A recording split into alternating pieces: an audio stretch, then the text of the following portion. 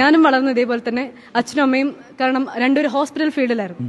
അപ്പൊ അമ്മ നേഴ്സും അച്ഛൻ അതിന്റെ തന്നെ ഹോസ്പിറ്റൽ മാർക്കറ്റിംഗ് മാനേജ്മെന്റ് ആയതുകൊണ്ട് ഇവര് ഓരോ ജില്ലകളിൽ പറന്നു നടക്കുന്ന സമയത്ത് ഞാനും വളർന്നത് എന്റെ അമ്മമ്മയുടെ കൂടെയാണ്. അപ്പോ ചെറുപ്പം മുതലേ എന്താ പറയാ, അത് മൂത്തതായിരുന്നു. എനിക്ക് രണ്ടാമതൊരു കുട്ടിയില്ല, ആ സമയത്ത് ഉണ്ടായിട്ടുമില്ല. കൂടുതൽ സമയത്തും ഒറ്റയ്ക്ക് തന്നെയായിരുന്നു എല്ലാം ചെയ്തോണ്ടിരുന്നത്. അപ്പോ തൊട്ടടുത്ത് വീട്ടുകാരുണ്ടോ? ഇല്ല. കൂടപ്പറപ്പുണ്ടോ? ഇല്ല. അമ്മൂമ്മയാണ് എന്നെ വളർത്തുന്നത്. അപ്പൊ അമ്മൂമ്മയാണ് ഒബ്വിയസ്ലി കാര്യങ്ങൾ ഹാൻഡിൽ ചെയ്യുന്നുണ്ടാവുക. അപ്പൊ അമ്മയ്ക്കും അച്ഛനും തീർച്ചയായും ഞങ്ങൾ പോയിട്ട് വളർത്താമെങ്കിൽ അതിനുള്ള കാശും കാര്യങ്ങളും ഉണ്ടാക്കിയേ പറ്റും.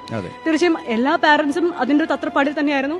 എന്റെ പാരന്റ്സിനും അതിന് കുറ്റബോധം ഇപ്പോഴും ഉണ്ട്. ഇപ്പോഴും അമ്മ ഓടി നടന്ന് ജോലി ചെയ്യുമ്പോഴും ആഴ്ചയിൽ ഒരിക്കലോ മാസത്തിലൊരിക്കലോ കണ്ടാലായി. എന്താണ് നമുക്ക് ഇപ്പൊ റിയലൈസേഷൻ വരുന്നത് വെച്ച് കഴിഞ്ഞാൽ, ഇപ്പൊ നമുക്ക് അമ്മയെ മനസ്സിലാക്കാൻ പറ്റുമായിരിക്കും, പക്ഷെ അമ്മയോട് ഒന്ന് തുറന്ന് സംസാരിക്കാൻ പോലും സമയം കിട്ടാറില്ല.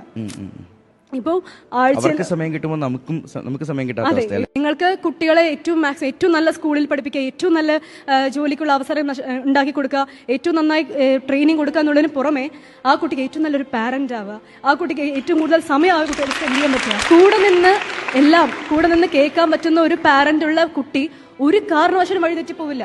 അത് ഉറപ്പുണ്ട്. ഒരു മയക്കുമരുന്നിലേക്കോ ഈ പറയുന്ന എന്താ പറയാ ദുർബലമായിട്ടുള്ള പ്രണയങ്ങളിലേക്ക് പെടുന്ന കുട്ടികളുണ്ട്. അതെ, അങ്ങനെ ചതിക്കുഴികളിലും ഇങ്ങനെ കാര്യത്തിലൊക്കെ പെടുന്ന പിള്ളേരെ ഒന്ന് വീട്ടിലൊന്ന് ശ്രദ്ധിച്ച് നമുക്കറിയാം, തത്രപ്പാടിലോടുന്ന പാരന്റ്സ് ആയിരിക്കും ഒന്നുകിൽ, അല്ലെങ്കിൽ ഇത്ര അബ്യൂസീവായ പാരന്റ്സ് ആയിരിക്കും ഒന്നുകിൽ.